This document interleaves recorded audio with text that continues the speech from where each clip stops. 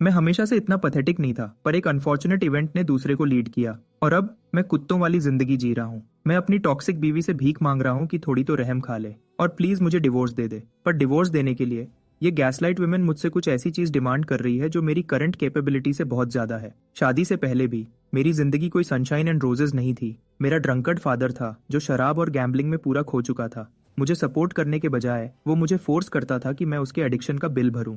मेरा तो बहुत दिल था कि मैं उस ड्रंक फादर को छोड़कर आगे बढ़ जाऊं, पर वो अकेला फैमिली मेंबर था जो बचा था। मेरी मदर तो पहले ही गुजर चुकी थी। मेरे पास कोई चॉइस नहीं थी, इसलिए मुझे करना पड़ा हर तरह के छोटे मोटे और ऑड जॉब्स ताकि मैं गुजारा कर सकूं। कभी कभी विश करता था कि काश मेरी किस्मत भी दूसरे लोगों जैसी अच्छी होती। फिर भी मैंने उम्मीद नहीं छोड़ी और इस भरोसे पे टिका रहा कि मेरा फादर किसी दिन सुधर जाएगा। मैंने तो एक बार उसको बड़ी अमाउंट में पैसे भी दिए थे, सिर्फ इसलिए क्योंकि उसको कोई क्रिप्टो करेंसी खरीदनी थी। पर वो अच्छा दिन जब मेरा फादर चेंज होता वो कभी नहीं आया और उसकी बुरी आदतों ने उसको मौत तक खींच लिया, मुझे अकेला छोड़कर। दुख तो बहुत हुआ कि दोनों पेरेंट्स को खो दिया, पर अंदर से थोड़ा सुकून भी मिला कि मैं फाइनली फ्री हूँ। जब मैं डैड की डेथ से रिकवर हुआ, मैंने एक नॉर्मल लाइफ जीना शुरू कर दिया।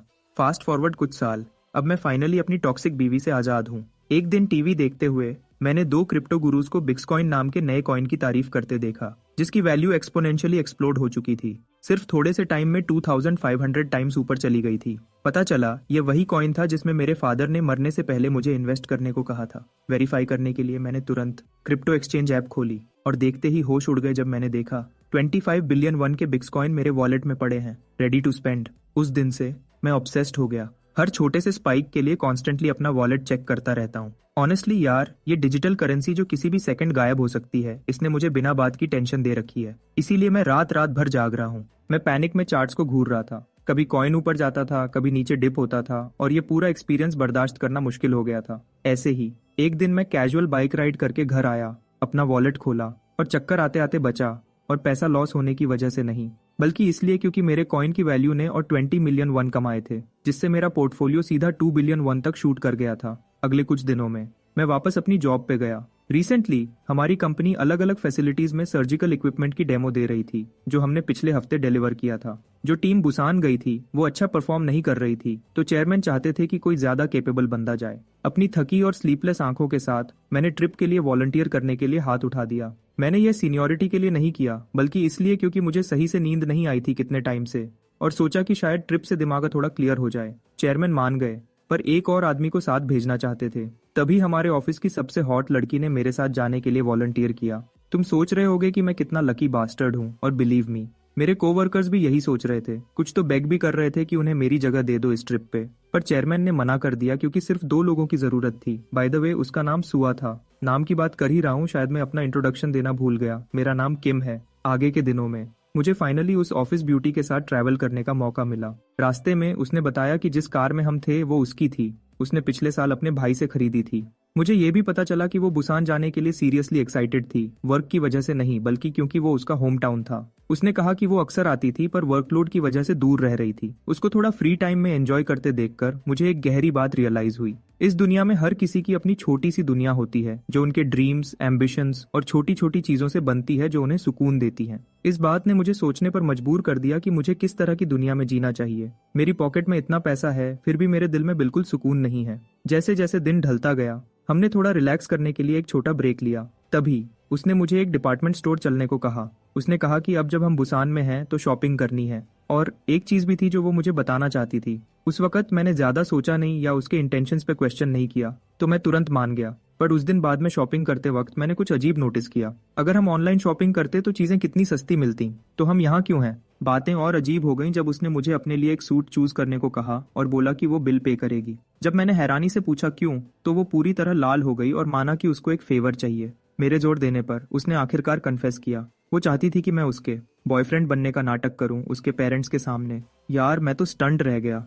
उसने आगे बताया कि उसके पेरेंट्स एक्सपेक्ट कर रहे थे कि वो रिलेशनशिप में हो, क्योंकि उसकी छोटी बहन तो पहले ही डेट कर रही थी। उस पल मेरी धड़कन तेज हो गई और मेरे पेट में तितलियां उड़ने लगीं। फाइनली मैं उसके पेरेंट्स से एक फैंसी रेस्टोरेंट में मिला। झूठ नहीं बोलूंगा, वो काफी तारीफ करने वाले लोग थे। बस बोले जा रहे थे कि उनकी बेटी कितनी परफेक्ट है। पर सच कहूं, मैं भी क्लाउड 9 पे था, हर मोमेंट एंजॉय कर रहा था। मेरे जैसे डिवोर्स्ड गाय के लिए सिर्फ नाटक करना भी दिल की धड़कन को तेज कर देता है। क्योंकि उसके पेरेंट्स को पता था कि हम एक ही कंपनी में काम करते हैं, तो नेचुरली उन्होंने पूछा कि हम इतने करीब कैसे आए।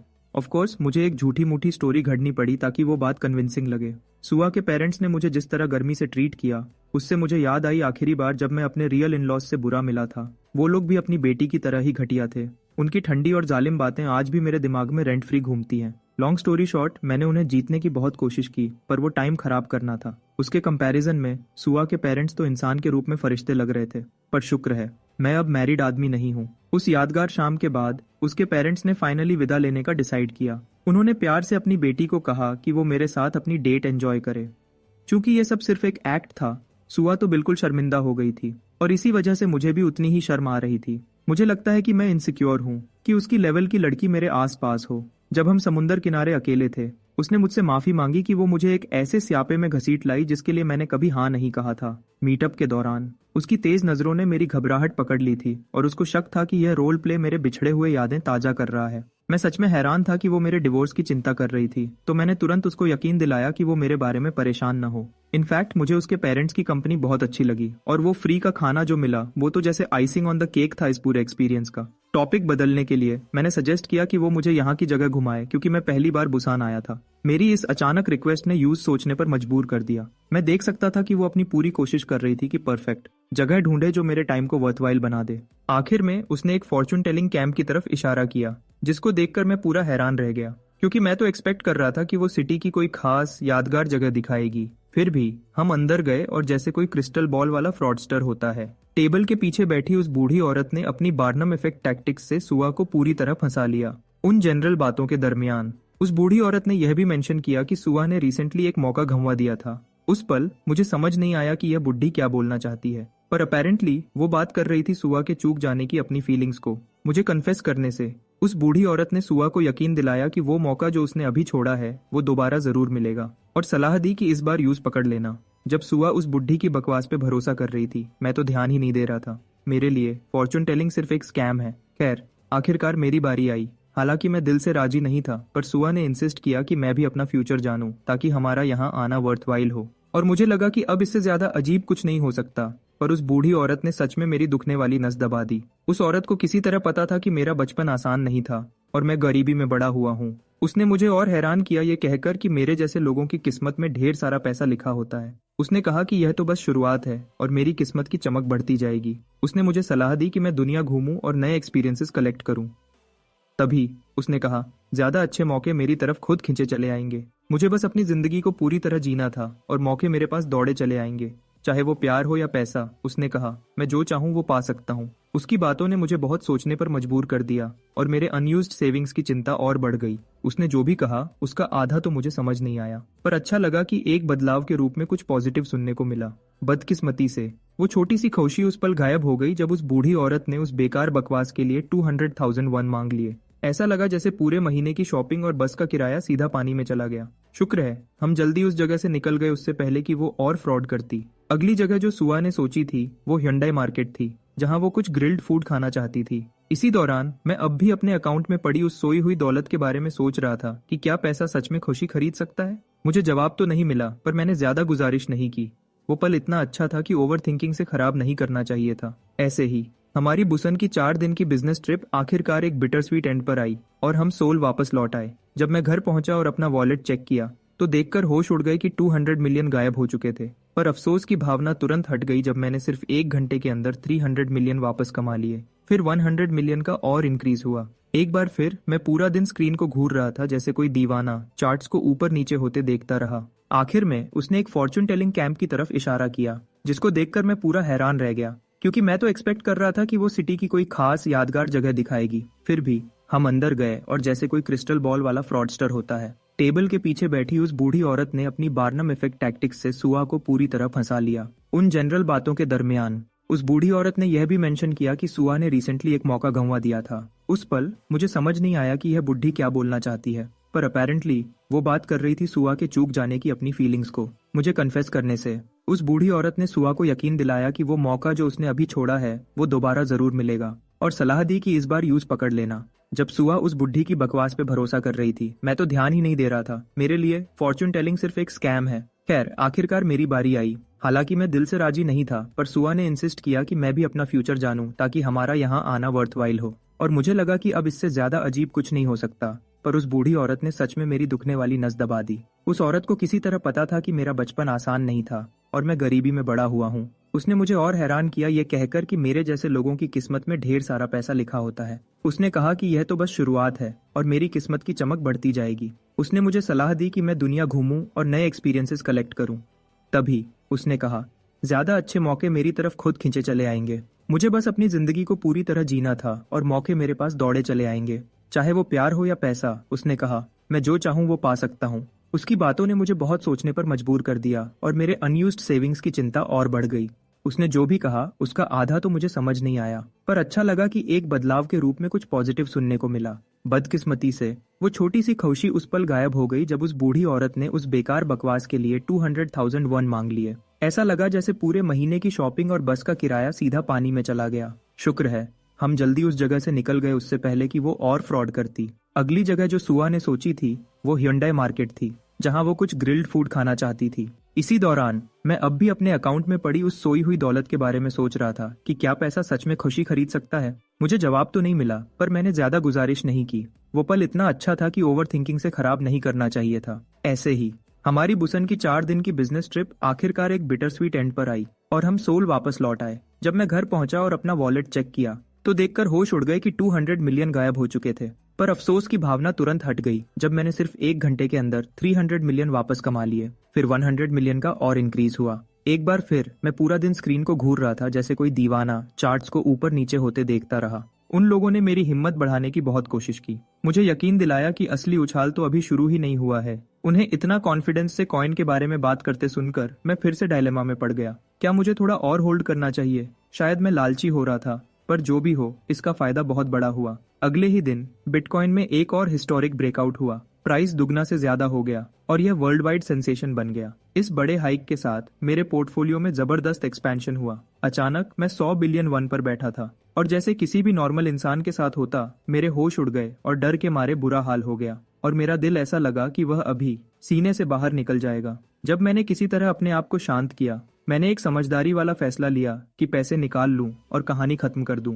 पर एक बार फिर लालच आगे आ गया और मुझे लटका कर चला गया। वह ग्रीड मेरे अंदर, ऐसा लगा जैसे उसने शक्ल ले ली हो। मेरे कान में फुसफुसा रहा था कि थोड़ा सा और रुके रहो। पर फिर मुझे एक बात समझ आई, शायद यह मेरे फादर की मेहनत का फल था, वही आदमी जिसने एक बार मुझसे पैसे उधार मांगे थे। इस सोच के साथ मुझे अच्छी तरह पता था कि अब क्या करना है। मैं उस स्ट्रगल के फल को ऐसे ही जाया नहीं होने दे सकता था। अगले दिन सुआ ने ऑफिस में मेरी कमी नोटिस की। सबसे पहले उसके दिमाग में यह ख्याल आया कि शायद मैं किसी और बिजनेस ट्रिप पर चला गया हूँ। जब उसने मेरे कोवर्कर्स से यह कंफर्म करना चाहा तो उसे पता चला कि मैं तो पर्सनल डे ऑफ पर था। नेचुरली यह सुनकर वह कंफ्यूज हो गई।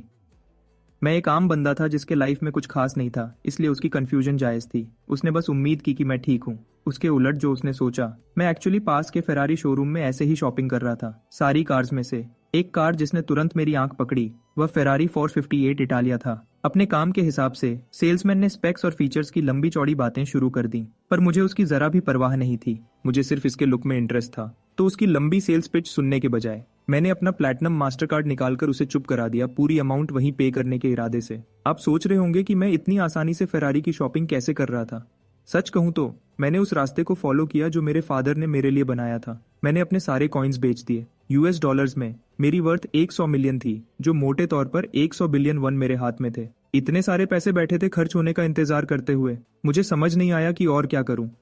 तो हाँ, इस तरह मैंने फेरारी खरीदी। ट्रांजैक्शन कंप्लीट होने के बाद मैं शोरूम से ऐसे बाहर निकला जैसे कोई टोटल कूल गाय हो जिसे 0 फर्क पड़ता हो। पर अंदर ही अंदर मुझे हार्ट अटैक आने वाला था। जो कार मैंने अभी खरीदी थी उसकी कीमत 490 मिलियन वन थी। आपको ये कितना इंसेन है समझाने के लिए। बस याद रखो, जब मैं उस फॉर्चून टेलर को 2 लाख वन पे करने पर पसीना छोड़ रहा था, फिर भी मैंने पूरा जोर लगा दिया और अपनी विश लिस्ट की हर चीज चेक की। एक लग्जरी कार और एक फैंसी सूट तो मिल गया। मेरी टू डू लिस्ट पे अगली चीज थी अपने लिए एक स्वीट लग्जरी अपार्टमेंट ढूंढना। तो बिना किसी शक के मैंने शहर के सबसे बेस्ट हाउसिंग कॉम्प्लेक्स में एंट्री ली। रिसेप्शनिस्ट से रिक्वेस्ट करने से पहले मैंने 2 बार भी नहीं सोचा कि मुझे यहाँ अवेलेबल सबसे बेस्ट अपार्टमेंट दिखाएं। रिसेप्शनिस्ट ने आखिरकार मुझे एक सबसे महंगे अपार्टमेंट्स में से एक का टूर दिया। एक पल के लिए इतनी लग्जूरियस जगह खरीदते हुए मुझे अलग सा फील हुआ। मैं इस तरह की लाइफस्टाइल का आदी नहीं था। अपार्टमेंट्स मेरे टेस्ट के लिए बहुत ज्यादा लग्जूरियस थे। सिर्फ बाथरूम ही मेरे पुराने घर से बड़े थे और उस हाई राइज अपार्टमेंट से जो व्यू था, ऐसा कुछ मैंने अपनी जिंदगी में कभी नहीं देखा था। एक ही पल में मैंने मन बना लिया और आगे बढ़ा। ट्रांजैक्शन के साथ मेरी मिजरेबल फाइनेंशियल सिचुएशन की वजह से मुझे जिंदगी में बहुत कुछ छोड़ना पड़ा था, पर अब दुनिया भर के पैसे के साथ मुझे और पीछे हटने की जरूरत नहीं थी। मैंने न सिर्फ अपना अपार्टमेंट खरीदा बल्कि पूरा लीज अमाउंट एक बार में पे कर दिया। ये मेरी पर्सनल टू डू लिस्ट की चीजों में से एक था। जब मैंने पूरा पेमेंट टेबल पर रख दिया तो रिसेप्शनिस्ट के शॉक्ड एक्सप्रेशंस ने हर पेनी को वर्थ इट बना दिया। सुहा को मत भूलना। ऑफिस में जब दो कोवर्कर्स एक दूसरे के काफी करीब आ रहे थे और किस करने ही वाले थे, सुहा तेजी से अंदर घुसी और जिद करने लगी कि मेरा एड्रेस कहाँ है। उसकी इंटेंस नजर से वो दोनों डर गए और सोचने लगे कि वह इतनी डेस्परेट क्यों है मेरा ठिकाना जानने के लिए। जैसा कि आप समझ ही चुके होंगे, वह सिर्फ मेरे लिए परेशान थी क्योंकि मैं उस दिन काम से एब्सेंट था। उसने सोचा कि मैं बीमार हूं और मुझे चेक करना चाहती थी। उसकी इस अचानक रिक्वेस्ट पर कोवर्कर ने सवाल किया कि क्या यह नॉर्मल है कि एक कॉलीग दूसरे की इतनी चिंता करे। खैर, उसे मेरा एड्रेस नहीं पता था तो उसने शराफत से मना कर दिया और मुझे टेक्स्ट करने का वादा किया। जैसा एक्सपेक्ट किया था, थोड़ी देर बाद मुझे उसका मैसेज मिला और मैं हैरान था कि वह अचानक मुझसे मिलने आना चाहते हैं। जब मुझे रियलाइज हुआ कि मैंने उन्हें फिजूल में परेशान किया है, मैंने माफी मांगी और अपना एड्रेस भेज दिया। सुहा जुंगियप का शुक्रगुजार था कि उसने मेरा एड्रेस ढूंढ दिया। जितनी एक्साइटेड वह लग रही थी, जुंगियप को शक हुआ कि शायद उसे सच में मुझसे प्यार हो गया है। आखिरकार वो दोनों ने साथ मिलकर मुझे मिलने आने का फैसला किया। वह सच में क्यूरियस थे कि मैं कैसी जगह रहता हूँ और वह उत्साहित थे, पर जिस पल वह पहुंचे उनके होश उड़ गए। आप सोच रहे होंगे कि वह मेरे नए लग्जूरियस अपार्टमेंट से डैजल्ड हो गए, पर रियलिटी में मैंने उन्हें अपने पुराने ठिकाने पर बुलाया था, एक बेसमेंट अपार्टमेंट जो गंदगी और कीड़ों से भरा हुआ था। मैं वहां अपना सामान पैक कर रहा था क्योंकि शिफ्ट करना था। मैं देख सकता था कि जुंगियप तो खासकर उस जगह की हालत से बेहद नाखुश था, पर सुहा को कुछ और ही महसूस हुआ। उस तंग और मैसी अपार्टमेंट को देखकर उसने पहली बार सच में रियलाइज किया कि कुछ लोगों की लिविंग कंडीशंस कितनी खराब हो सकती हैं। उस पल उसे मुझ पर दया आई, डिवोर्स के बाद यहाँ अकेले रहने पर। चूंकि मैं शिफ्ट कर रहा था, मेरे दोनों कोवर्कर्स ने प्यार से मेरा सामान पैक करने और उठाने में हेल्प करने का ऑफर दिया। मैं नहीं चाहता था कि वह मेरे सामान को हैंडल करते हुए गंदे हों, पर मेरे मना करने के बावजूद उन्होंने फिर भी हेल्प की। बाहर पार्किंग लॉट में उनकी आंखें अचानक चली गईं, उस थर्ड रेट लॉट में पार्क की हुई फेरारी पर। नेचुरली वह कंफ्यूज थे। उनमें से कोई भी यह सोच नहीं सकता था कि वह कार मेरी हो सकती है। उन्होंने बस यही मान लिया कि वह बिल्डिंग के ओनर या किसी और की होगी, पर रियलिटी उनकी सोच से बिल्कुल अलग थी। उनका दिमाग प्रैक्टिकली फ्रीज हो गया जिस पल मैंने उन्हें अपना सामान उस कार में लोड करने को कहा। उन्होंने तब भी मानने से मना कर दिया। सोच रहे थे कि मैं सिर्फ किसी और की फेरारी के पास खड़ा हूँ, पर जब मैंने कंफर्म किया कि वह मेरी है तो उनका मुंह पूरा खुला का खुला रह गया। इस दौरान मैं देख सकता था कि जुंगियप दिमाग में हिसाब लगा रहा था, मेरी सैलरी, पॉसिबल इंस्टॉलमेंट्स और दूसरे कॉस्ट्स का, और उसे कुछ भी समझ नहीं आ रहा था। पर यह तो उनके सरप्राइजेस की शुरुआत थी। इस बार मैं उन्हें अपना नया अपार्टमेंट दिखाना चाहता था और वो दोनों तुरंत साथ चलने को मान गए। हालांकि उन दोनों को इनवाइट करते वक्त मैं एक छोटी सी बात भूल गया था। मेरी नई कार में सिर्फ 2 लोग ही फिट हो सकते थे, तो मैंने उनमें से एक को अलग से आने को कहा। पहले तो सुहा ने अकेले ट्रैवल करने के लिए वॉलंटियर किया, पर जुंगियप पीछे हट गया और उसे मेरे साथ राइड करने दिया। मैं देख सकता था कि वह बेचारा बंदा अंदर से रो रहा था फेरारी में राइड करने का मौका छूट जाने पर। चूंकि ये सुहा का पहली बार किसी लग्जरी कार में बैठना था, वह नेचुरली नर्वस थी। उसके साथ ड्राइव करते हुए मुझे अपनी पिछली ट्रिप याद आई और वह सुनकर मुझे उसके पेरेंट्स की याद आई। जब मैंने उसके पेरेंट्स का जिक्र किया तो उसने माना कि उसके पेरेंट्स एक्सपेक्ट कर रहे थे कि वह जल्दी ही मुझसे शादी कर लेगी। ऑफ कोर्स मैंने उस फेक हस्बैंड एक्ट को आगे बढ़ाने से मना कर दिया। उस पल वह मेरी तरफ सीरियस लुक के साथ पलट गई। वह कुछ जरूरी पूछना चाहती थी, पर उसकी आवाज रुक गई। जब मैंने उससे दोबारा पूछा तो साफ था कि उसे यह सेंसिटिव सवाल पूछते हुए आराम नहीं महसूस हो रहा था, तो उसने वह बात अपने तक ही रखी। अगर मुझे गेस करना हो तो शायद वह मेरे डिवोर्स के बारे में पूछना चाहती थी, कैसे और क्यों हुआ। हालांकि सच कहूं, उस वक्त मैंने ज्यादा नहीं सोचा। मैंने बस मान लिया कि वह मेरी अचानक आई दौलत के बारे में क्यूरियस थी। खैर, मैं शुक्रगुजार था कि सुहा और जुंगियप दोनों अपने काम से मतलब रख रहे थे। कहीं और मेरी एक्स वाइफ फोन पर बात कर रही थी, हाथ में हमारी पुरानी शादी की तस्वीर लिए। मेरे पीछे वह शायद कुछ प्लान कर रही थी। हालांकि मुझे पता नहीं था कि क्या। मैं अपनी नई जिंदगी एंजॉय करने में बहुत बिजी था। अगले कुछ दिनों में जुंगियप को भी उस ब्यूटी फेरारी में राइड करने का मौका मिला। तभी उसने अचानक पूछ लिया मुझसे एक अनएक्सपेक्टेड सवाल बिना सोचे समझे। वह जानना चाहता था कि मैं सुहा को किस नजर से देखता हूँ।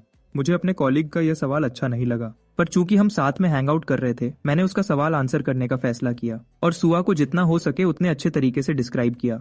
मेरे लिए वह एक साफ दिल काबिल औरत थी जो जानती है कि अपने आसपास के लोगों की देखभाल कैसे करनी है। मुझे सच में खुशी थी कि मुझे उसके जैसी जूनियर के साथ काम करने को मिला। हैरानी की बात है कि मेरे जवाब से जुंगियप संतुष्ट नहीं हुआ और वह और सुनना चाहता था। मैं पहले ही जान चुका था कि वह इस सवाल को कहाँ ले जाना चाहता है, तो मैंने टॉपिक क्लोज करने का फैसला किया। जब हम ऑफिस वापस आए, बाकी के कॉलीग्स हैरान थे यह जानकर कि मैं फेरारी का मालिक हूँ। जब उन्होंने पूछा कि मैं इतना पैसा कैसे कमाया जबकि मैंने बिटकॉइन काफी लेट खरीदा था, तो मैंने उन्हें एक कन्विंसिंग झूठ बोल दिया। दावा किया कि मैंने प्रॉफिट्स को बार बार री इन्वेस्ट किया था। वह लोग तुरंत मायूस हो गए यह देखकर कि मैंने उस कॉइन से कितना कुछ अचीव कर लिया था। आखिरकार वह दोनों रीसेंट क्रैश में अपना 40% पैसा खो चुके थे। अच्छा हुआ मेरे लिए, मैंने तभी बेच दिया, उस तबाही के आने से काफी पहले। मेरे कॉलीग्स ने मेरी इस बेहतरीन किस्मत को किसी गजब के ट्रेडिंग जीनियस समझ लिया जो शायद मुझ में था। वह चाहते थे कि मैं उनका क्रिप्टो गुरु बन जाऊं और उन्हें यह सब सिखाऊं।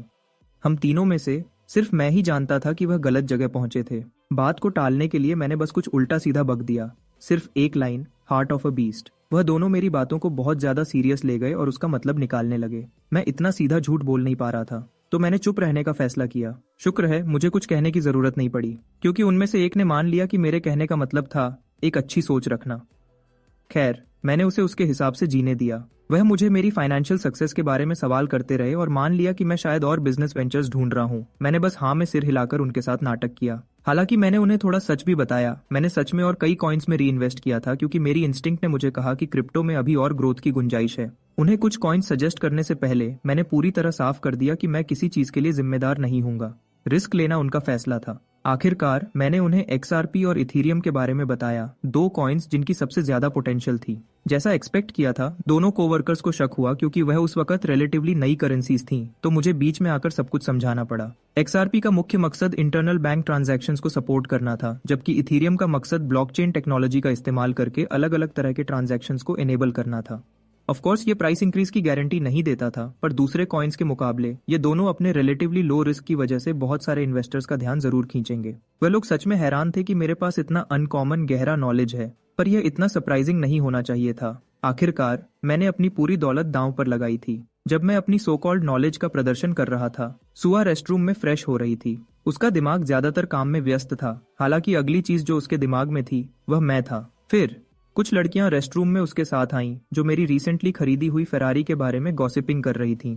चूंकि वह मान नहीं सकती थी कि मेरे पास सच में इतनी दौलत है, अफवाह फैलने लगी कि मैंने कार उधार के पैसे से खरीदी है और अब कर्ज में डूबा हुआ हूँ। सिर्फ यही नहीं, गंदी अफवाहें भी थीं कि मैं गैम्बलिंग और शराब की आदत में पड़ गया हूँ। जैसे ही वह लड़कियां मेरे बारे में झूठ फैलाती रहीं, सुआ चुपचाप सुनती रही जब तक कि उस पल उसका सब्र टूट गया। मेरा नाम साफ करने के लिए उसने उन्हें कन्फ्रंट किया और पूछा कि अफवाहें किसने शुरू की हैं। थोड़ी देर बाद कोई जाना पहचाना ऑफिस में आया और तुरंत सबका ध्यान उस पर गया। वह एक औरत थी और काफी खूबसूरत। वह सीधे काउंटर पर गई और टीम लीडर से मेरे ठिकाने के बारे में पूछा। टीम लीडर ने ज्यादा हेल्प नहीं की। उसने जानबूझकर सच छुपाया और झूठ बोला कि मैं बाहर गया हूँ। पर मेरी बुरी किस्मत, मैं उसी पल कॉन्फ्रेंस पेपर्स का बड़ा स्टैक लिए ऑफिस के दूसरी तरफ से गुजर रहा था। उस औरत ने मेरी आवाज पहचान ली और मेरी तरफ पलट गई। जैसे ही उसने बॉक्सेस पकड़ने में मेरी हेल्प की, मैंने उसका शुक्रिया अदा किया, पर तुरंत वापस भी ले लिया। वह औरत कोई और नहीं, मेरी एक्स वाइफ थी। हाँ, वही बिच जिसने मुझे पहले ही काफी ट्रॉमा दिया था। जिस पल मैंने उसका चेहरा देखा, मेरा दिमाग सीधा पिछले वक्त में चला गया। हर बार जब उसने मेरे साथ कचरे जैसा बर्ताव किया। हमारे हनीमून पर भी उसने मुझसे लड़ाई की और मुझे जलील किया क्योंकि मैंने हमारे रुकने के लिए बेस्ट होटल बुक नहीं किया था।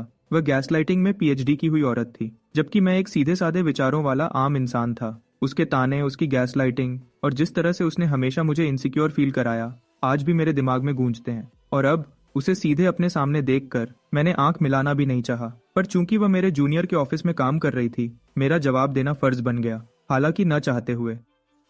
बॉक्सेस नीचे रखने के बाद मैंने न चाहते हुए वो फाइल्स ले लीं जो वह देना चाहती थी। मैं पलटा नहीं, उसकी प्रेजेंस से डरना तो दूर की बात थी। फाइल्स लेने के बाद मैं कॉन्फिडेंस से उसे आगे निकल गया, जिससे वह और गुस्सा हो गई। उसका गुस्सा साफ दिख रहा था। वह नाराज थी कि मैंने उस डरपोक लूजर की तरह एक्ट नहीं किया जो मैं हुआ करता था। ओह, मुझे लगता है मैं उसका नाम बताना भूल गया। वह हंचेवन है। वह ऑफिस में मेरी फेरारी देखकर परेशान थी।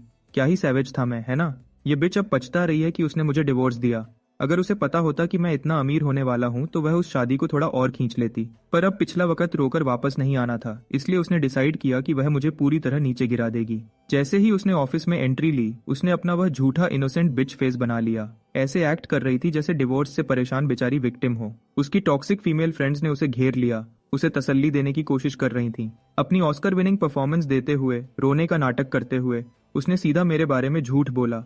दावा किया कि मैंने उस पर चिल्लाया, जबकि वह सिर्फ मुझे फाइल्स देने आई थी। वह अपने प्रो फेमिनिस्ट क्लिक से इधर उधर सिंपैथी बांट रही थी, पर वहां मौजूद सारी औरतों में से एक नर्डी लड़की इतनी बेवकूफ नहीं थी कि उसकी एक्टिंग में फंसी। इस दौरान मैं चुपचाप अपने ऑफिस स्पेस में अपना काम कर रहा था। हालांकि मेरा दिमाग बार बार उसकी तरफ जा रहा था। वह फाइनली वापस आ चुकी थी। पहले तो मुझे डर लगता था कि जब वह ऑफिस लौटेगी तो उसे देखकर ही मैं बीमार पड़ जाऊंगा, पर सच कहूं मैं बिल्कुल भी इंटिमिडेटेड नहीं था। इनफैक्ट मुझे कुछ भी महसूस नहीं हुआ। अचानक मेरा कोवर्कर मेरे पीछे से चुपके से आया और कुछ बात करना चाहता था। जब हम रूफटॉप पर पहुंचे उसने अचानक मुझे गले लगा लिया, जबकि दूसरे लोग मुझे बधाई दे रहे थे किसी वजह से जो मुझे समझ नहीं आई। जब मैंने सांगी से पूछा कि ये क्या बकवास हो रही है तो उसने फाइनली राज खोला। पता चला एक्सआरपी की वैल्यू ने आसमान छू लिया था। सिर्फ 2 दिन में 70% और ऊपर चली गई थी। जिस पल मैंने यह सुना मैं गहरी सोच में चला गया। दिमाग में हिसाब लगा रहा था कि मैंने इस उछाल से कितना कमाया होगा। जैसा कि सामने आया मेरे एक्सआरपी इन्वेस्टमेंट्स अकेला ही छू चुका था। एक बड़ा 100 बिलियन का आंकड़ा। यह नंबर सुनकर मैं हैरानी से पसीना छोड़ रहा था।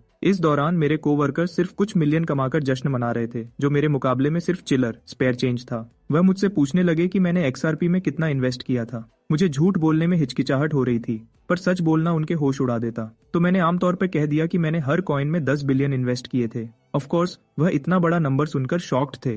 हालांकि यह मेरे असली इन्वेस्टमेंट का सिर्फ 20% ही था। 10 बिलियन इन्वेस्ट किया तो उन्होंने सोचा कि मेरा प्रॉफिट लगभग 7 बिलियन होगा। फिर वह पूछने लगे कि उन्हें होल्ड करना चाहिए या बेच देना चाहिए, पर चूंकि मैं जिम्मेदार नहीं बनना चाहता था मैंने उन्हें अपना फैसला खुद लेने को कहा। देखो, मुझे लग रहा था कि एक्सआरपी में यह अचानक उछाल थोड़ा शक के दायरे में था।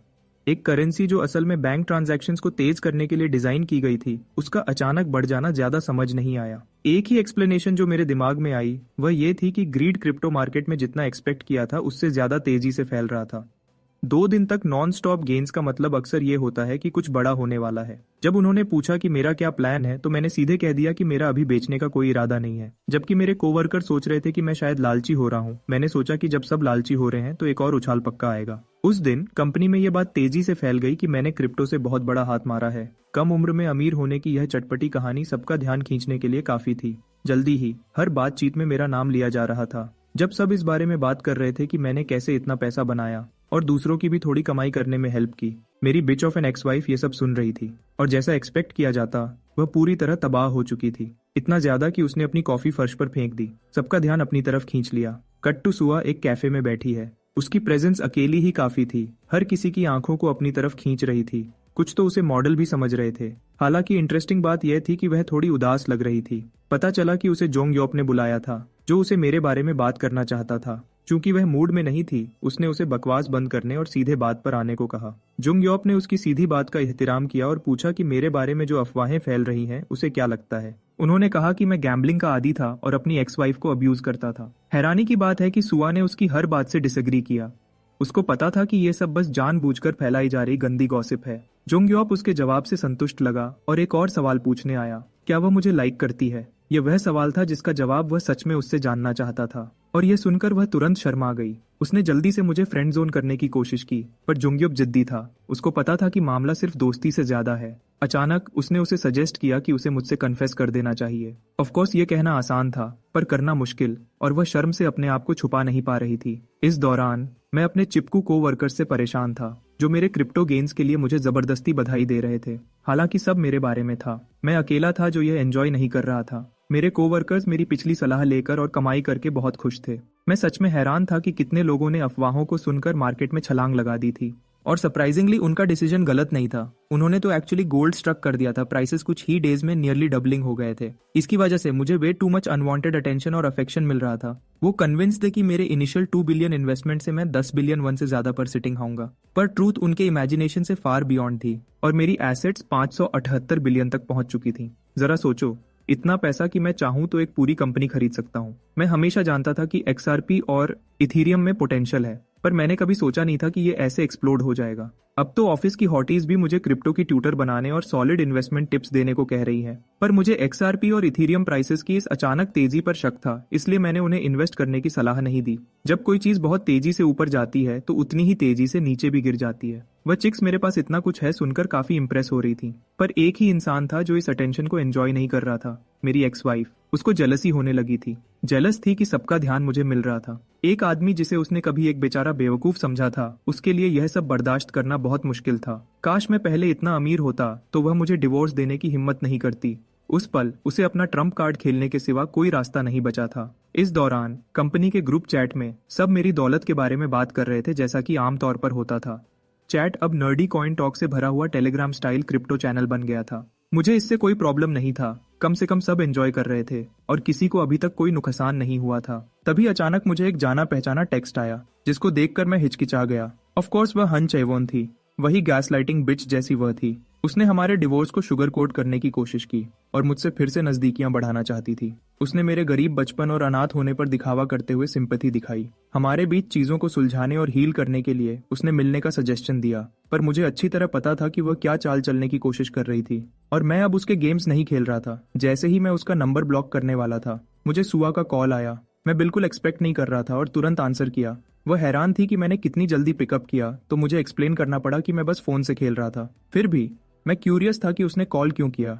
उसने ज्यादा कुछ रिवील नहीं किया, बस कहा कि वह चेक कर रही थी। जैसे ही हम बातें कर रहे थे, कॉन्वर्सेशन नेचुरली आगे बढ़ी। उसने पूछा कि आने वाली छुट्टी के लिए मेरे क्या प्लान्स हैं।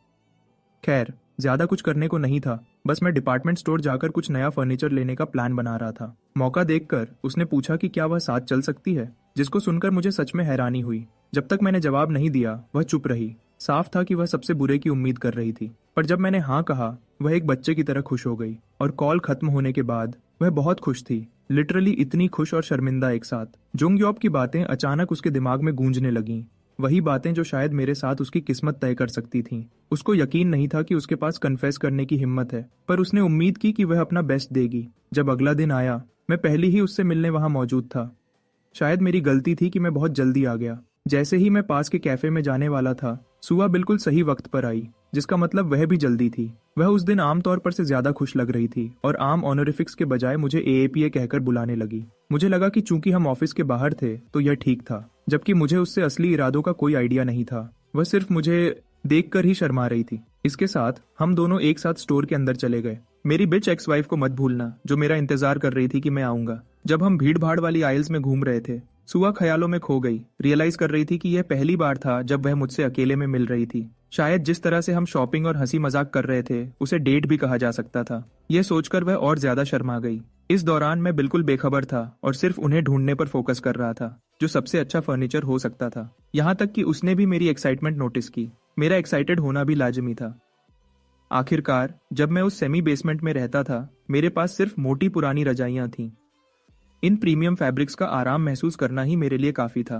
3 ब्लैंकेट सेट्स पर लगभग 2 मिलियन वन खर्च करने के बाद मैं आगे बढ़ा और एक कॉर्डलेस वैक्यूम क्लीनर खरीदा। फिर लेटेस्ट रेफ्रिजरेटर की बारी आई और फिर वॉशिंग मशीन और ऑफ कोर्स 2-3 सोफास भी। आखिर में मैंने वह सब कुछ खरीद लिया जो मैं चाहता था। टोटल कॉस्ट 56 मिलियन वन तक पहुंच गई। सच में ब्रो, मैं शॉपिंग में मजा कर रहा था। जब आप अल्ट्रा रिच होते हैं तो शॉपिंग में मजा आता है। इतना लग्जूरियस सामान खरीदने के बाद भी मेरी सेविंग्स पे ज्यादा फर्क नहीं पड़ा। इतना पैसा होना सच में एक वीडियो गेम में चीट कोड्स होने जैसा लगता है। अपनी शॉपिंग स्प्री की जल्दबाजी में मैंने अपनी साथ वाली लड़की को पूरी तरह भूल गया था। मैंने सोचा कि वह मेरे साथ आते हुए बोर हो गई होगी, पर मेरे अनुमान के उलट उसने कहा कि वह सच में एंजॉय कर रही थी। जब उसने रियलाइज किया कि वह मेरे साथ इतना अच्छा टाइम बिता रही है, तो उसे जुंगयोप की सलाह याद आई कि आखिरकार कन्फेस कर देना चाहिए। अब तक वह समझ गई थी कि वह हमेशा के लिए हिचकिचा नहीं सकती, तो हिम्मत जुटाकर वह मेरी तरफ पलटी। पर मैं एक बेवकूफ की तरह उसे इंटरप्ट कर बैठा। मेरे बुद्धू दिमाग को यह भी रियलाइज नहीं हुआ कि वह कन्फेस करने वाली थी और मैंने बीच में ही उसकी बात काट दी।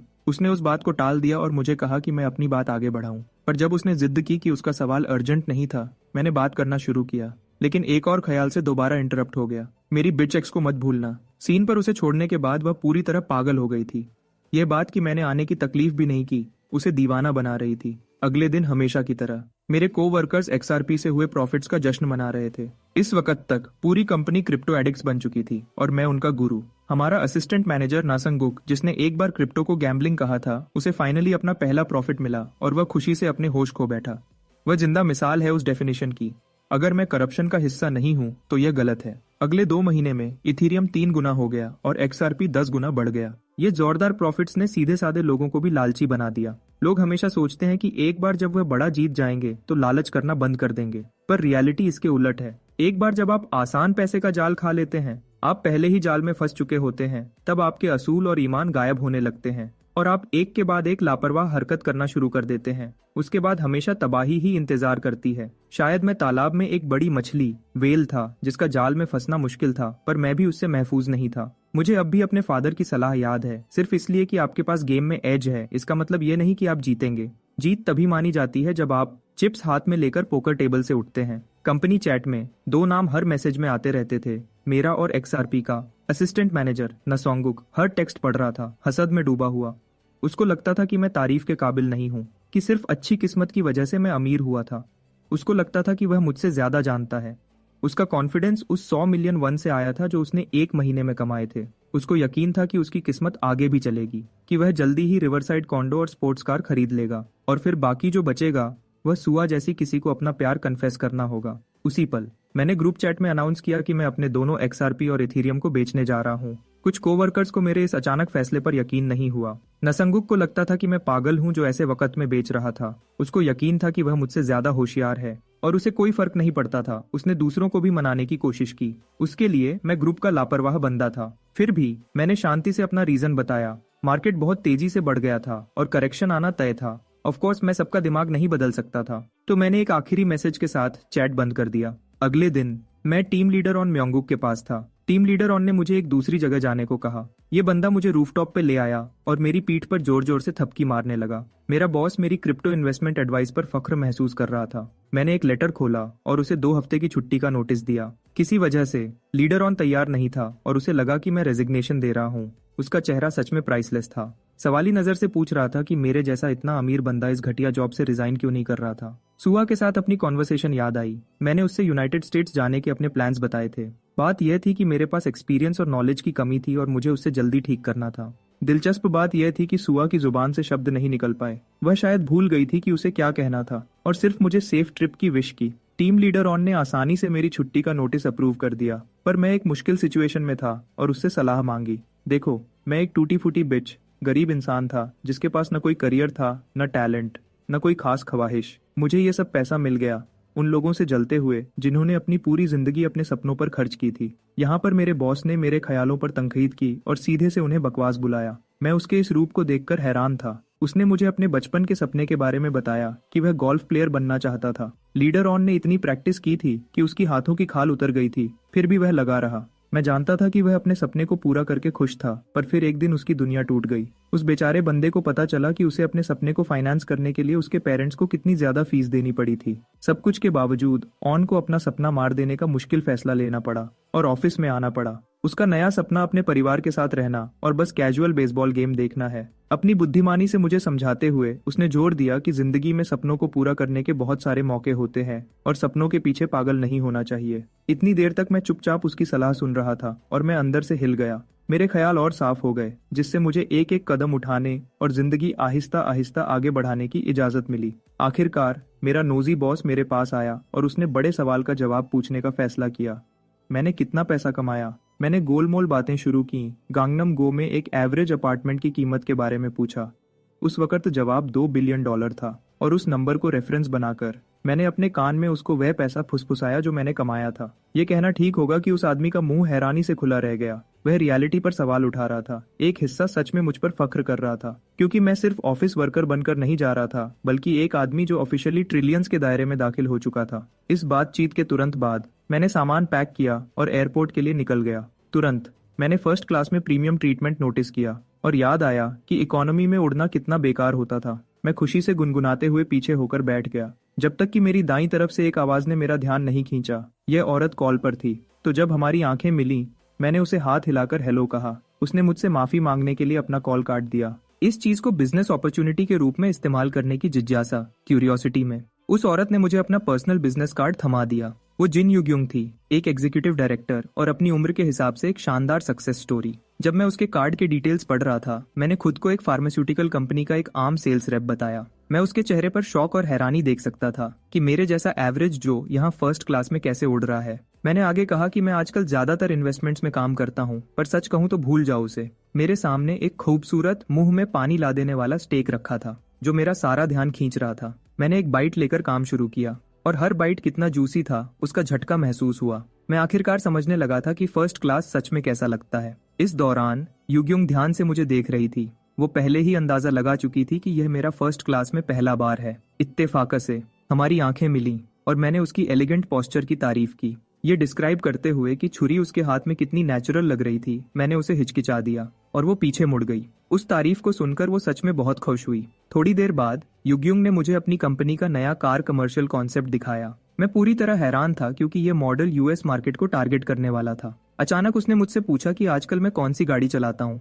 हालांकि मैं एक हम्बल आदमी हूँ, मैंने कैजुअल तरीके से अपनी फेरारी होने का दिखावा किया। वो औरत पूरी तरह शॉक में फ्रीज हो गई और मुझे बताया कि वो स्पोर्ट्स मॉडल्स और इलेक्ट्रिक व्हीकल्स पर भी काम कर रही है। मैंने एक्चुअली अपनी जिंदगी के एक दौर में मायराई इलेक्ट्रिक कार चलाने के अपने एक्सपीरियंस को जोड़ा। मैं देख सकता था कि उसका चेहरा खुशी से चमक उठा था, मेरे एक्सपीरियंस के बारे में सुनने के लिए तैयार। जब तक कि मैंने उस औरत को कार के एक्सेलरेटर और ब्रेक सिस्टम की तनकीद करके तबाह नहीं कर दिया। हालांकि मैं सच में अपना एक्सपीरियंस बयान कर रहा था, युगयुंग यहाँ होश खो रही थी। उसी वक्त मुझे रियलाइज हुआ कि मैं कितना बदल चुका हूँ। पहले मुझे उसकी कैलिबर की औरत से ऐसे खुलकर बात करने की हिम्मत भी नहीं थी। उसकी रुचि, इंटरेस्ट्स में झांकने का फैसला करते हुए मुझे पता चला कि युगयुंग को बचपन में कार्स का शौक था। वो एक एंथुजियास्ट थी जिसने दर्जनों अलग अलग कार्स चलाई थी। क्यूरियस होकर मैंने डिटेल्स पूछी। उसका रीसेंट एक्सपीरियंस मिनी चलाने का था। उसको उसकी खूबसूरत डिजाइन की वजह से बहुत पसंद आई थी। मैं आखिरकार देख सकता था कि उसका चेहरा फिर से चमक रहा था। फ्लाइट आगे बढ़ी और हम सैन फ्रांसिस्को एयरपोर्ट पर उतरने ही वाले थे। युगयुंग फ्लाइट के बाकी हिस्से में अपनी कंपनी स्पेसिफिक्स और मार्केट डिफिकल्टीज के बारे में बातें करती रही।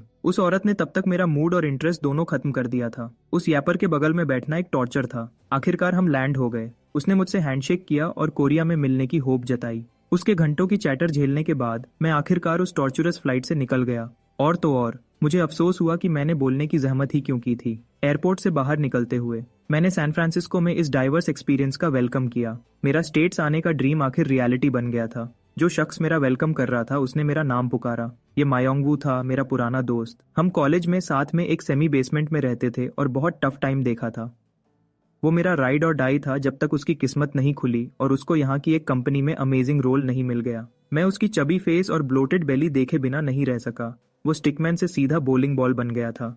मेरा दोस्त मायोंगवू ने खाने के लिए बोला, लेकिन वो मुझे रेस्टोरेंट ले जाने के बजाय उसने मुझे अमेरिका's फाइनेस्ट मील्स, एक बर्गर्स मिलवाया। जब यह सब हो रहा था, मेरी शिटी एक्स वाइफ मुझे इतने टाइम से इग्नोर करने की वजह से चुपचाप सफर कर रही थी। चेवोन अपने दोस्तों के साथ बैठी थी और बता रही थी कि मैं यूएस ट्रिप पे चला गया। इस बात से वो कितनी गुस्सा है। उसने तो गैम्बलिंग एडिक्शन की झूठी कहानी बना डाली और मुझे वायलेंट मैन, चीटर और तो और स्कमबैग तक कह दिया। चेवोन को पता नहीं था कि उसको अभी रियलिटी चेक मिलने वाला है उस baddest bitch on the block से। इस औरत ने उसको अच्छे से औकात दिखा दी, याद दिलाया कि अब जब वो दोनों अलग हैं तो उसको परेशान नहीं होना चाहिए। टीम लीडर चॉइस ओहाये उसकी रैंट सुनकर थक चुकी थी और अब तक चुप थी, लेकिन इस औरत को मेरे बारे में लगातार गलत बातें करते देखकर उसको शौक लगा, खासकर जब सब जानते थे कि मैं उसकी स्टोरीज से बिल्कुल अलग हूँ। मेरी एक्स वाइफ को सोहाये से रियलिटी चेक मिला, जिसने ब्लंटली और फ्रैंकली उसके गुस्से को जेलसी का एक्ट कह दिया। मेरी एक्स वाइफ ये सब सह नहीं सकी और उठकर चली गई, टीम लीडर की हार्श वर्ड्स की कंप्लेन करते हुए। बाथरूम में मेरी साइकोटिक एक्स वाइफ सोहाये के बारे में अपनी फ्रस्ट्रेशन निकाल रही थी,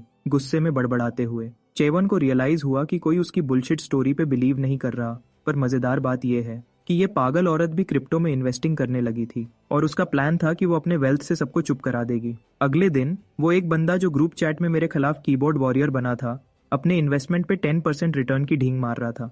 उसने मुझे इम्पेशेंट गाय कहकर मजाक उड़ाया और दूसरों को एडवाइस किया कि बेस्ट अपॉर्चुनिटी देखकर इन्वेस्ट करो। फनी थिंग ये है कि मेरे कोवर्कर्स भी उसका ईगो मैनियकल बिहेवियर नोटिस कर रहे थे। टीम लीडर ऑन भी इन्वेस्टिंग के आइडिया में डूब गया और अफसोस कर रहा था कि वो पहले बोल्ड क्यों नहीं हुआ। उसका दिमाग कॉइन्स के आइडिया से भरा हुआ था, जबकि मेरे बॉस एक डायलेमा में थे। उसके दोस्त ने कैजुअली मान लिया कि उसने सारा अमाउंट सेल कर दिया, ट्रस्टिंग माई गट। रियलिटी ये है कि कॉइन्स तो राइज और फॉल होने के लिए ही बने हैं, पर रियल गट्स चाहिए होते हैं राइजिंग कॉइन को सेल करने के लिए, ये जानकर कि कब रुकना है। जिस मोमेंट उसने मेरा मैसेज पढ़ा कि मैंने सारे कॉइन सेल कर दिए हैं, वो समझ गया कि उसको क्या करना है। वापस स्टेट्स आकर मैं यहाँ एक बर्गर सेट एंजॉय कर रहा हूँ और ट्रू जॉय महसूस कर रहा हूँ। म्योंगू चाहता था कि मैं जितने दिन विजिट पे रहूंगा वो मेरा ख्याल रखे, ये जाने बिना कि मैंने अब तक NBA प्लेयर से भी ज्यादा पैसा बना लिया था। म्योंगू का ध्यान 2 अमेरिकन की आवाज पर गया। वो उसे खान कहकर बुला रहे थे, जो सुनकर मुझे थोड़ा अजीब लगा। क्रिस और हेलेना यहाँ अमेरिका में उसके नए बडीज हैं। वो म्योंगू के साथ टेबल शेयर कर रहे थे और उसकी डायनामिक कंट्रोल मॉडल पर किए गए काम की खूब तारीफ कर रहे थे। मुझे क्यूरियोसिटी हुई तो मैंने तुरंत उससे इस बारे में पूछा और पता चला कि ये ऑटोमेटिक ड्राइविंग के लिए एक सॉफ्टवेयर है। ग्लासेस पहना हुआ वो नर्डी गाय क्रिस एक स्टार्टअप कंपनी चलाता है जिसका नाम ऑरोरा है। हेलेना भी कुछ ऐसी ही है और वो भी एक कंपनी रन करती है जो इको फ्रेंडली प्रोडक्ट्स पर फोकस करती है। मैं जान गया कि वो दोनों एंटरप्रेन्योर्स हैं और खुद को रोक नहीं सका उनसे उनके स्टार्टिंग एक्सपीरियंस के बारे में पूछने से। क्रिस ने कंफर्म किया कि फेज मुश्किल जरूर होता है, लेकिन एंटरप्रेन्योर्स वो लोग होते हैं जो मुश्किलों से लड़कर रिवॉर्ड को एक्सपीरियंस करते हैं। ये माउंटेन टॉप चढ़ने से अलग नहीं था, जहां शानदार व्यू देखने को मिलता है। मैंने उन दोनों की बहुत तारीफ की। क्रिस ने मायोंग वू के एक्सेप्शनल टैलेंट को हाईलाइट किया, जो सिलिकॉन वैली के ब्रिलियंट आइडियाज को रियलिटी में बदलने के लिए रिस्पॉन्सिबल है। उसकी programming skills one of a kind है, भले ही वो बर्गर एडिक्शन का शिकार है। मैं वहां बैठकर अमेजिंग लोगों की कंपनी एंजॉय कर रहा था। मुझे रियलाइज हुआ कि ट्रिप पर पैसा खर्च करना वर्थ इट था। उस रात खान मुझे अपने घर ले गया। सैन फ्रांसिस्को के कॉम्पिटिटिव लैंडस्केप की वजह से ये छोटी सी जगह भी यहाँ बहुत महंगी है। उसने आते ही मुझे एक बियर पकड़ाई और असली सवाल पूछने शुरू कर दिए। जानना चाहता था कि मैं यहाँ तक कैसे पहुंचा। कई बियर कैंस पीने के बाद मैंने उसे डिवोर्स के बारे में सब कुछ एक्सप्लेन किया। मेरा लॉन्ग टाइम होमी ये सुनकर बहुत खुश हुआ कि चेवोन मेरी लाइफ से बाहर हो गई है।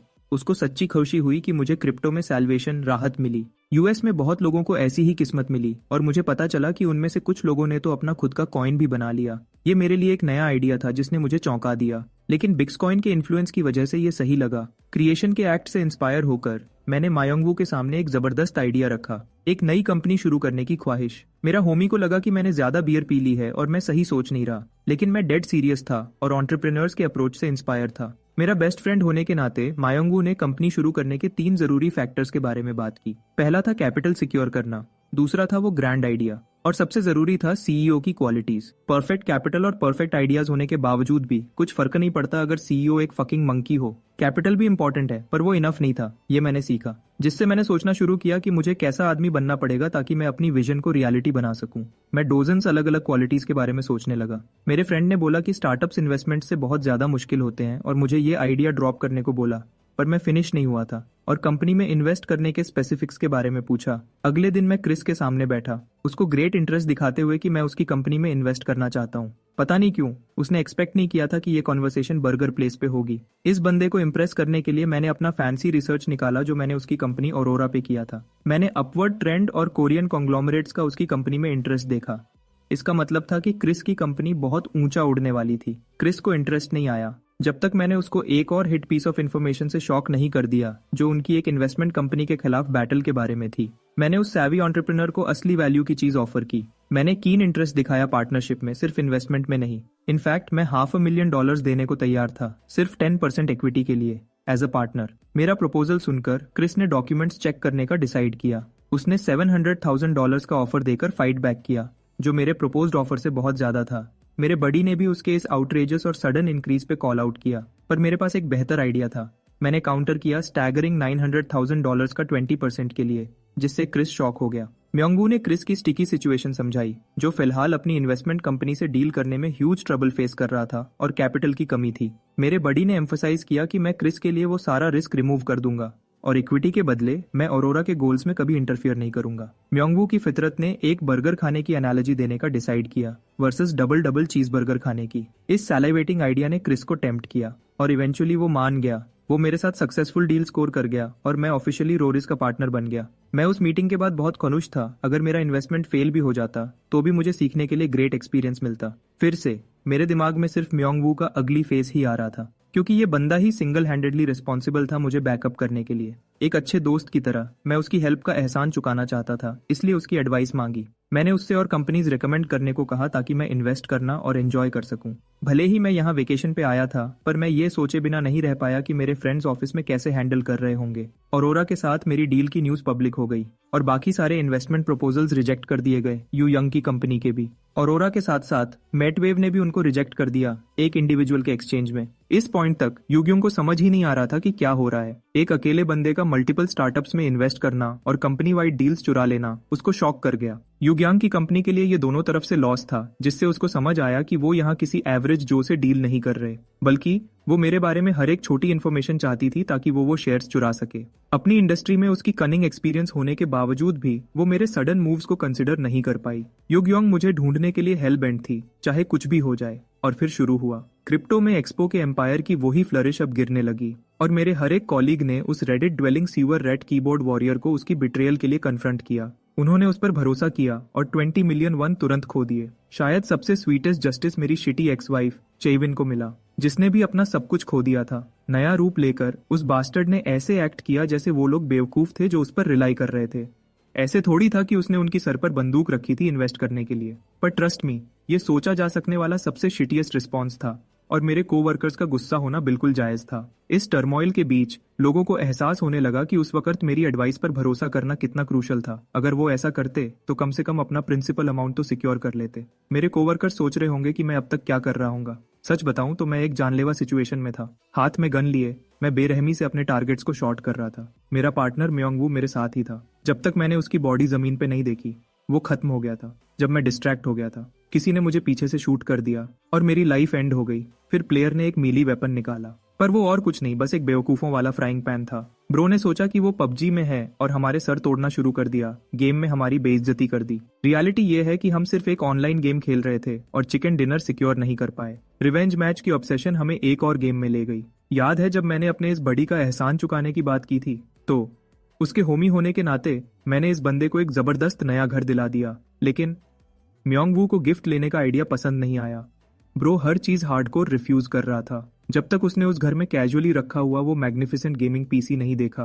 वहां हर तरह के कंसोल्स थे। ये ऐसी जगह थी जिसको एक आदमी का अल्टीमेट ड्रीम बोल सकते हैं। हम दोनों ने साथ रहने का एग्री कर लिया। अपने गेमिंग सेशन के दौरान मैंने उसको बैकपैकिंग में अपने इंटरेस्ट के बारे में बताया। मैं यहाँ 2 वीक्स के लिए आया था, पर टीम लीडर ऑन से अपना स्टे एक्सटेंड करने की रिक्वेस्ट की। अचानक उसके दिमाग में एक आइडिया बर्स्ट हुआ और उसने मुझसे एक फेवर मांगा। पहले तो मुझे लगा वो भी टैग अलोंग करना चाहता है, पर लगता है उसके प्लान्स कुछ और थे। तो हम निकल पड़े बस राइड पकड़कर। जब एक गॉर्जियस ब्लॉन्ड लेडी मेरे शोल्डर पे सो रही थी, मैं तो बस एक सिंपल ट्रिप चाहता था। पर इस लेडी, देखो यार, मेरा ये डम्ब एज बेस्ट फ्रेंड चाहता था कि एली साथ चले। वो उसकी कोई अक्वेंटेंस थी और मुझे उसके ज्वाइन करने से ज्यादा माइंड नहीं था, पर मैं उसके बारे में और जानना चाहता था। पता चला कि वो गर्ल बस एक सिंपल ग्रेजुएट है और इस तरह मैं उसके साथ बस में स्ट्रैंडेड रह गया। सच कहूं तो मैं अपने नाइटमेयर में इतना लॉस्ट था कि उसकी आवाज में अपना नाम सुन भी नहीं पाया। एली एक्साइटमेंट से रोर कर उठी क्योंकि एट लास्ट हम फाइनली लॉस एंजलिस पहुंच चुके थे। उस स्टनिंग यंग लेडी ने अपनी लुक से सबको पैरालाइज कर दिया। हम दोनों असल में यहाँ फर्स्ट टाइम आए थे, पर लगता था एली मुझसे बहुत ज्यादा एक्साइटेड थी। उसको जरा भी वरीड फील नहीं हो रहा था। सोचो तो, वो एक रैंडम गाय के साथ ट्रिप पे जा रही है और दुनिया में किसी चीज से नहीं डरती। उसके बिहेवियर से मुझे समझ आया कि मुझे कल्चर के बारे में और बहुत कुछ सीखना बाकी है। जब मैं अपने दिमाग में शिट ओवर थिंकिंग करने में बिजी था, वो मुझे इग्नोर करने की वजह से ग्रम्पी हो गई। मैंने अपोलोजाइज किया और उसको दोबारा ट्राई करने को कहा। पता चला कि एली के पास पूरी ट्रिप के लिए एक स्केड्यूल है जिसको हम फॉलो कर सकते हैं। मेरे लिए रिलैक्स करने का ये एक कन्वीनियंट आइडिया था, तो मैंने उसको फॉलो करना ठीक समझा। एली और मैंने सब कुछ एक्सप्लोर करना शुरू किया जो हमें मिल सकता था। यूनिवर्सल कंपनी HQB, सनसेट तक। मैंने उसके साथ अपनी मेमोरीज को एक फिजिकल फॉर्म दे दिया जब उसने मुझे फोटो शूट के लिए खींच लिया। ब्यूटीफुल सनसेट एंजॉय करते हुए हमने अपनी ट्रिप के नाम पर एक टोस्ट किया। एली को लगा कि मैं उसको फॉलो करते हुए एग्जॉस्टेड हो गया, पर सच तो यह था कि मुझे उसके साथ एक्सप्लोर करने में रियली फन टाइम मिला। मैं उसके बिना एले को इस तरह एक्सप्लोर भी नहीं कर पाता, तो मैं ग्रेटफुल फील कर रहा था। मेरे बारे में और जानने की एफर्ट में उसने मुझसे स्टेट्स आने में मेरे इंटरेस्ट के बारे में पूछा। मैंने सिंपल रखा और बताया कि मैं एक डिफरेंट कल्चर के बारे में क्यूरियस था। फिर मैंने उससे वही क्वेश्चन पूछा। पता चला कि वो फ्रेश ग्रेजुएट अपनी प्रोफेशनल करियर शुरू करने से पहले फ्रेश एयर लेना चाहती थी। उस ब्रिलियंट यंग वुमन ने वॉल स्ट्रीट पर जॉब सिक्योर कर ली थी और जानती थी कि उसकी लाइफ बिजी होने वाली है। उसकी ये अकॉम्प्लिशमेंट सुनकर मेरा जॉ ड्रॉप्ड हो गया। एली का सबसे बड़ा ड्रीम है कि वो अपने सेक्टर में एक ह्यूज बिजनेस डील सिक्योर करे ताकि वर्ल्ड उसको याद रखे। हम दोनों के लिए एक और ड्रिंक पोर करते हुए मैंने उसकी एंडेवर्स में बेस्ट विशेस देने के लिए सेकंड टोस्ट ऑफर किया। मैंने इसमें अपनी खुद की एम्बिशंस की सक्सेस को भी शामिल किया। हम दोनों ने सोचा कि एक दिन हम क्रॉस पाथ्स करेंगे और साथ में बिजनेस करेंगे। रात होते होते हमने अपने रहने के लिए एक हॉस्टल रूम सिक्योर कर लिया। लकीली और सरप्राइजिंगली भी हमारे रूम में हम दोनों के अलावा कोई नहीं था। एली अपने बेड पे बैठ गई। पूरी 5 स्टार मील जैसी लग रही थी और उसने मुझसे कहा कि कितना अच्छा है कि हम अकेले हैं। ये कहना कि मैं ब्रिक्ड अप हो गया था एक अंडरस्टेटमेंट होगा, और मैंने जल्दी से उससे बोला कि ऐसी जोक्स मत किया कर। उसने टीजिंग करना बंद कर दिया और उसके थोड़ी देर बाद हम दोनों सो गए। पर मैं रेस्टलेस था यार, बिल्कुल भी सो नहीं पाया। जिस तरह उसने इतनी कैजुअली हमारे स्मैशिंग का इम्प्लाई किया, वो मेरे बिंगो कार्ड्स में नहीं था। मेरी वर्जिन एस तो ऑलमोस्ट उसका ऑफर रिफ्यूज नहीं कर पाई थी, लेकिन ऐसा करता तो मेरा बैड नेम हो जाता। तब मुझे रियलाइज हुआ कि अब से मुझे अपनी थर्ड लेग का ख्याल रखना पड़ेगा। अगली रात हमने फुल ऑन एंजॉय किया जितना हम कर सकते थे। जैसी वो गॉर्जस लगती है। एली एक स्मोकिंग सेक्सी स्विमसूट पहनकर आई। मुझ पर लीन डाउन होकर उसने टीजिंगली सजेस्ट किया कि चलो नाइस स्विम के लिए चलते हैं। मैंने क्रिप्टो गॉड से स्ट्रेंथ मांगी। पूल में उसने इतनी एलिगेंस से डाइव किया, जबकि मैं तो चिकन आउट हो गया और उसके बाहर आने का वेट करता रहा। वेट और शाइनी लगते हुए वो पहले से भी ज्यादा गॉर्जस दिख रही थी। मैंने उससे बताया कि मैं स्विमिंग में ज्यादा अच्छा नहीं हूँ, पर पर उसने इसको एक अपॉर्चुनिटी समझा और मुझे पानी में खींचने लगी। एली मेरा ट्यूटर बनना चाहती थी, पर भाई मैं तो शिटिंग ब्रिक्स था। एंड में अमेरिकन कल्चर बहुत ज़्यादा इजी और ओपन लगी। मैं थोड़ा डिस्टेंस रखना और अपना रिलेशनशिप वैसा ही मेंटेन करना चाहता था, इसलिए मैंने उससे कहा कि मैं जल्दी चला जाऊंगा। इसी बीच कुछ क्लाउन्स आ गए हमारी पार्टी पे रेन करने। ये हॉट शॉट सोच रहे थे कि वो एली जैसी स्मोकिंग गन ब्यूटी को स्कोर कर लेंगे। शायद सबसे स्केरियस्ट पार्ट ये था कि उनमें से एक ड्यूड मुझ में इंटरेस्टेड था। Miss me out on that gay shit. Ellie ने उनका इन्विटेशन डिक्लाइन कर दिया, पर इन गाइज को रिजेक्ट होने की कोई परवाह ही नहीं थी। उसकी गॉर्जियस पर्सनालिटी ने उन क्लाउन्स में से एक को अल्यूरिंग लगी और वो उसको टच करने ही वाला था जब मैं स्वूप्ड इन उसका हाथ पकड़ा और उनसे कहा कि उसको टच मत करना। एली मुझे अपने डिफेंस में खड़ा देखकर शॉक्ड हो गई। मैं बड़ा आदमी बनकर डिफेंड तो कर बैठा,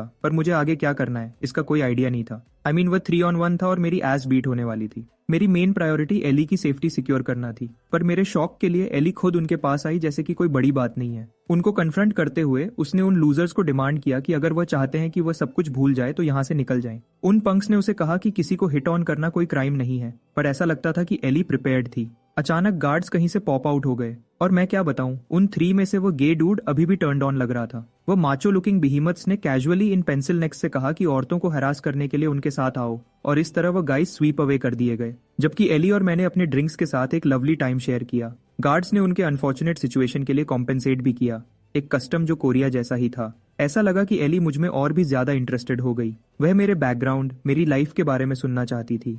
मैंने उसे ब्लैंकली स्टेयर किया। फिर मैंने अपने चाइल्डहुड की मिसफॉर्चून रिवील की। मैंने शिटी और पूर लाइफ जी थी पेरेंट्स के बिना, और जैसे ही मैंने एली को अपनी फॉलन मैरिज के बारे में बताना शुरू किया, वह इंस्टेंटली मेरी तरफ से एंग्री हो गई और चेविन को विच कहा, मेरे साथ क्रैप जैसा ट्रीट करने के लिए। उसने सोचा कि मैं सुपरमैन हूं जो अपनी एक्स वाइफ की बुलशिट को एंड्योर किया, और ऑनेस्टली वह राइट हो सकती है। At the same time Ellie समझती है कि कोई मुझ में इंटरेस्ट क्यों लेगा। उसने मेरे बेस्ट क्वालिटीज चार्ट आउट करना शुरू किए, ये हाईलाइट करते हुए कि मैं कितना रिस्पेक्टफुल हूँ और कोई भी वुमन इस पे फॉल हो जाएगी। उसकी बीमिंग स्माइल से ऐसा लगा कि वह मुझे हिट ऑन कर रही है। तो आखिर में हमने डिसाइड किया कि कॉल इट अ नाइट करते हैं। होटल रूम में रेस्ट करते हुए मैंने खुद को थोड़ा काम डाउन करते हुए पाया। मैं झूठ बोलूंगा अगर ये कहूं कि मैं उस दौरान एली की गॉर्जियस लुक्स और बीमिंग पर्सनालिटी के बारे में नहीं सोच रहा था। ग्राइंड पे फोकस करते हुए मैंने मार्केट चेक किया और एक्सपी पील के स्टैगरिंग डिमाइस के बारे में पता चला। वही हाल बाकी क्रिप्टो कॉइन्स का भी था। सबने टॉन ऑफ लॉसेस एक्सपीरियंस किए। मैंने खुद को लकी पाया कि राइट टाइम पे सेल कर दिया था। एली अचानक स्ट्रेंज आवर पर मेरे डोर पर आई,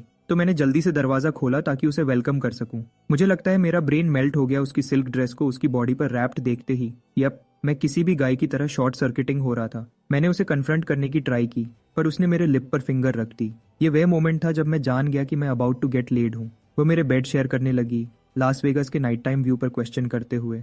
मैंने उसे मोस्ट ब्यूटीफुल माना। मैंने ऐड किया कि सांता मोनिका बीच अपनी नेचुरल ब्यूटी से उसको अच्छी तरह कॉन्ट्रास्ट करता है। मुझे और टीज करते हुए एली ने पूछा कि क्या मैं फाइन हूँ उसके साथ इस तरह चैटिंग करते हुए। ऑफ कोर्स ये वुमन डिलिशियस एज हेल लग रही थी, पर मैं तो यहाँ कोरियन एंथम गा रहा था ताकि आखिर तक अपनी वर्जिनिटी प्रिजर्व कर सकूं। उसने रियलाइज किया कि मैं उसके अटेम्प्ट्स इवेड करने की कोशिश कर रहा हूँ और उसने रीजन पूछा। शीट को ग्रिपिंग करते हुए मैंने उसे अपने फियर्स के बारे में बताया। मैं पहले ही एक बार मैरिज से फॉल आउट हो चुका हूँ और अब मैं स्केर्डली अफ्रेड हूँ कि एक मोमेंट्स वर्थ ऑफ प्लेजर के लिए सब कुछ लूज न कर दूं। आइडिया तो टेम्पटिंग लग रहा था, पर एली एक गुड फ्रेंड है जिसके साथ मैं कॉम्प्लिकेट नहीं करना चाहता था। मेरे एक्सप्लेनेशन ने उसे रियली बम्ड आउट कर दिया। एक ऑल्टरनेटिव के तौर पर उसने मुझसे बेग किया कि हम पूरी रात स्टे अप करके बातें करते हैं। मैं उसके लिए ओके था। हमने बंच ऑफ डिफरेंट टॉपिक्स पे स्पीक किया इससे पहले कि मैं क्रैश आउट हो गया। वह थी अभी भी अवेक थी, मेरे फेस से प्ले कर रही थी, डिसअपॉइंटेड थी कि मैं जल्दी फेंट हो गया। इस मोमेंट को एक कैश ग्रैब की तरह यूज करते हुए वह एंजॉयबली मेरे बॉडी के क्लोज आई। अपनी पैंट्स में अनेबल टू गेट होन की डिसअपॉइंटमेंट के बावजूद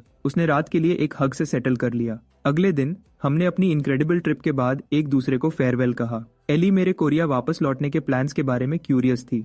मैंने उसके असम्पशन को कंफर्म किया और उसे गुड बाय बोला, पर उसमें कुछ हेजिटेटेड था। इससे पहले कि उसने वार्मेस्ट हग से मुझे बुलडोज्ड कर दिया, अपना पूरा बॉडी प्रेस करते हुए, उसके स्ट्रेस बॉल्स भी इंक्लूडिंग द। उसने मुझसे बेग किया कि कोरिया अराइव होते ही उसे मैसेज करूं।